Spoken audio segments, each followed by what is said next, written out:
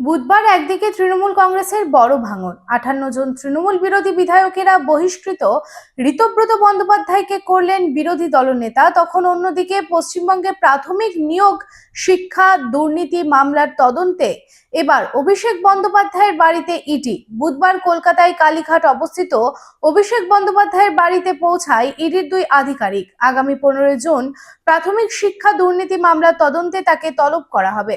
ED সূত্রে খবর, প্রাথমিক শিক্ষা নিয়োগ দুর্নীতি মামলায় বেশ নতুন চাঞ্চল্যকর তথ্য সামনে এসেছে অভিষেক বন্দ্যোপাধ্যায়ের বিরুদ্ধে।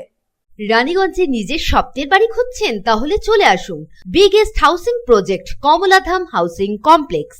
এখানে আছে মোট 250টিরও বেশি ফ্ল্যাট। 200টি ফ্ল্যাটে অলরেডি ফ্যামিলি বসবাস করছে, বাকি ফ্ল্যাটগুলি ready to move.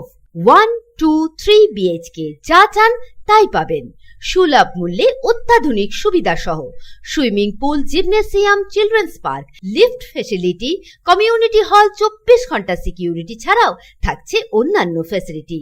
National highway থেকে মাত্র 400 মিটার দূরে, near Ganesh Dham housing complex, Jiradanga, Searsole, Raniganj. Contact number 7719356476।